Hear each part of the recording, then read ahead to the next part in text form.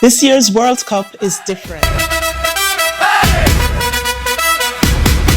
Something bigger than sports is about to unfold.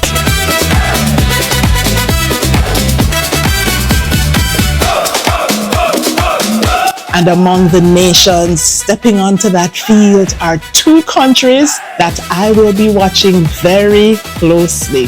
This story is not just about football or soccer. It is about resilience. My eyes won't be on Brazil or Argentina. Rather, they'll be on Ghana and Haiti. Because while the world is focused on who lifts the trophy, I'm interested in something else. This is not just about football. This is not just about powerful legacy. This is about every person who has ever been counted out, knocked down, underestimated, or forced to keep going when life got hard.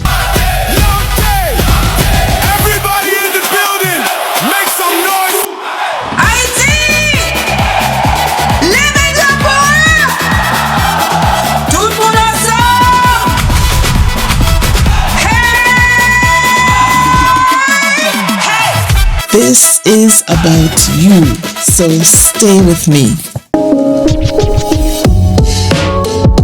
Welcome back. My name is Angie Marie, and on this channel, we explore culture, mindset, healing, survival, and the powerful stories that shape people and nations across the world. Today, I want to explore something deeper than football, something deeper than soccer. Even if you've never watched football or soccer a day in your life, trust me, this is the year you need to pay attention. Because starting June 11, 2026 and continuing until July 19, 2026, something bigger than sports is about to unfold on the world stage. 48 nations qualified after more than 150 countries were eliminated, and among the nations stepping onto that field are Haiti's Grenadiers and Ghana's Black Stars. This story is not just about football, it is about resilience.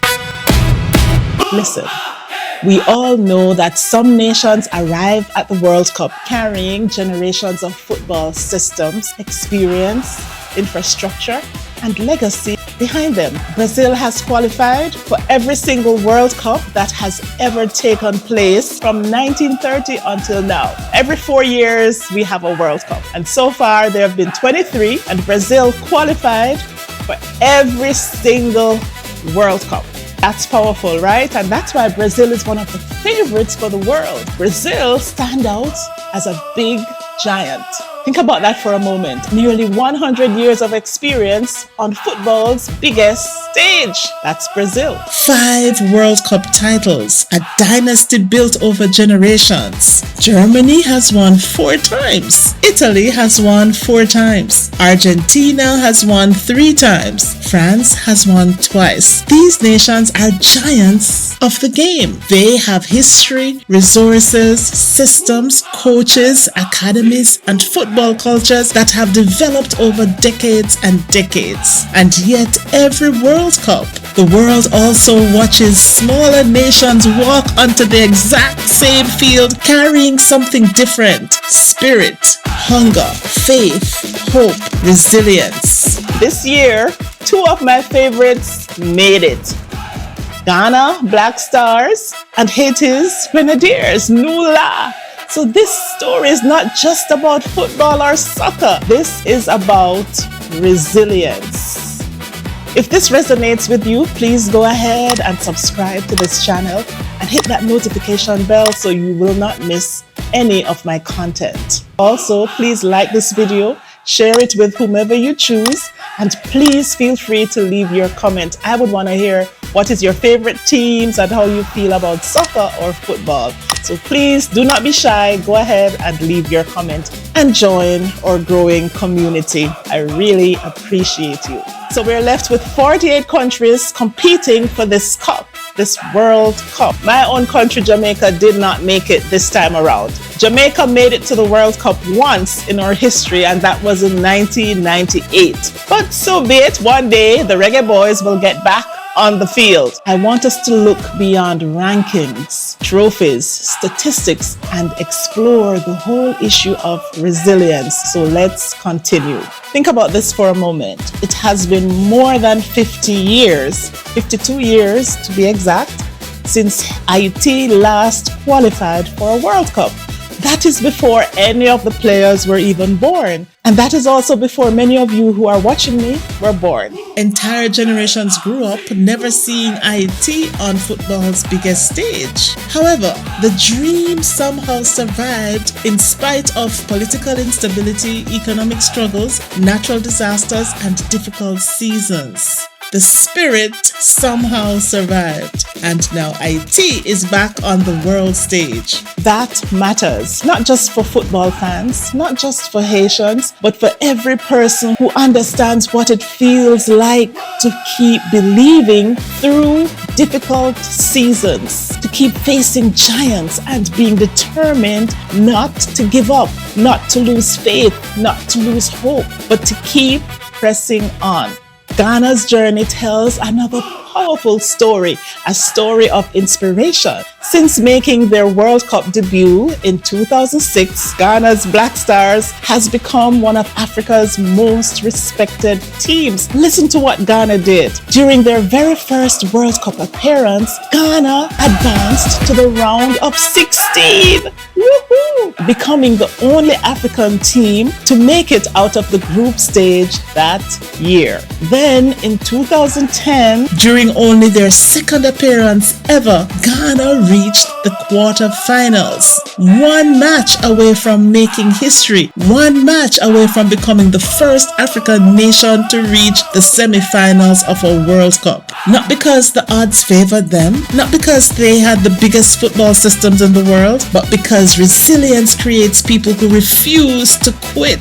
And maybe that is the deeper story behind this World Cup. Some nations arrive carrying legacy, others arrive carrying resilience. Sometimes resilience creates something extraordinary. You see, many people misunderstand resilience. They think resilience simply means surviving pain or hardship. But resilience does much more than that. Resilience shapes people. It shapes communities. It shapes cultures. It teaches adaptability. It teaches endurance. It teaches creativity. It teaches people how to continue building even during difficult circumstances. Some communities learned how to create brilliance with limited resources. Some learned how to turn struggle into discipline. Some learned how to turn pressure into fuel. Some learned how to continue singing, dancing, creating, believing, and hoping even during painful seasons. And perhaps that is why some of the nations and communities that endure the deepest struggles continue producing extraordinary athletes, musicians, artists, leaders, and creators. Because resilience changes people from the inside out. When you grow up facing obstacles, you learn how to adapt quickly. You learn how to fight for opportunities. You learn how to keep moving even when things are uncertain. You learn how to believe before the results appear. You learn how to continue after disappointment. You learn how to rise after setbacks. That mindset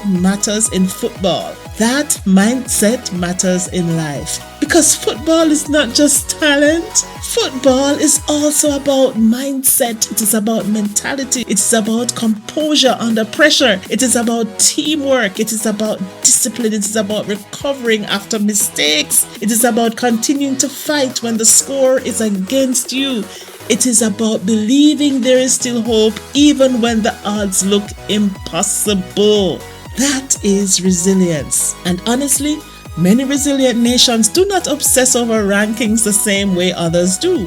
Of course, people want to win. Of course, people dream about trophies. But there's also another mindset present beneath the surface. A mindset that says we are here to learn, to grow, to compete, to improve, and to represent our people with pride. If we win, that is beautiful. But deep inside, we already carry the mindset of winners. Because before trophies, before rankings, before statistics, resilience teaches people how to believe in themselves. And that belief becomes powerful. It becomes visible in the way teams fight for every ball. It becomes visible in the emotion people carry when they wear their national colors. It becomes visible in the tears of fans singing national anthems before the games even begin. It becomes visible in the energy of entire communities gathering together around television screens, believing in something bigger than themselves. For many people around the world, football is more than entertainment. It is identity. It is hope. It is unity. It is pride. It is one of the few moments where entire nations pause together, dream together, celebrate together, and believe together. That is why the World Cup matters so much. For some nations, football has always been part of powerful systems and traditions. But for others, football became possibility. It became escape. It became opportunity. It became proof that even nations facing enormous challenges could still stand on the same field as global giants. That is powerful. And honestly, there is something deeply inspiring about watching nations that many people underestimate continue showing up on the world stage with courage, passion, and belief. There is something beautiful about seeing smaller nations refuse to see themselves as small. There is something powerful about communities continuing to dream despite disappointment, despite hardship, despite setbacks. That is the spirit I want people to pay attention to during this World Cup.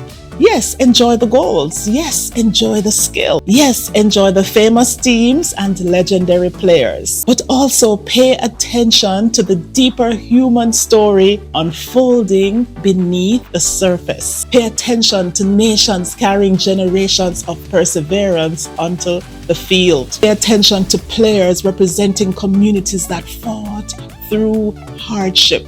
Pay attention to the resilience behind the smiles, the celebrations, the victories. Because some victories begin long before the game starts. Some victories begin the moment people refuse to give up on themselves. And maybe that's why resilience matters so much. Resilience kept Haiti believing for more than 50 years until qualification finally returned. Resilience carried Ghana to the quarterfinals during only their second World Cup appearance. Resilience continues pushing nations forward even when the odds appear impossible. Maybe resilience is the reason certain communities continue creating extraordinary music, culture, energy, and spirit despite difficult histories. Maybe resilience is the reason some nations continue showing the world that greatness is not determined only by resources, rankings, or expectations. Sometimes greatness begins with belief, and maybe that is a deeper lesson hidden inside this World Cup. Not just competition, not just trophies, not just rankings, but human beings carrying their history, their dreams, their struggles, their faith, and their resilience onto the world stage. So this year, when the games begin, I hope people pay attention to more than just the final score. I hope people pay attention to the stories. I hope people pay attention to the courage. I hope people pay attention to the nations continuing to rise despite everything they have endured. Because some nations arrive carrying legacy, but others arrive carrying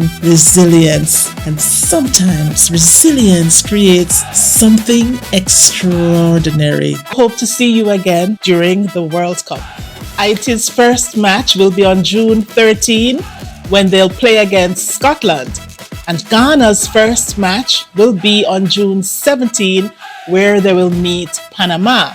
For both teams, their second matches will be played against what I'll call giants, and I refer to them as giants because they have won previous World Cups before this one. Haiti will face Brazil during their second match on June 19, and Ghana will face England for Ghana's second match on June 23rd. Haiti's third match will be against Morocco on June 24. Ghana will face off with Croatia on June 27.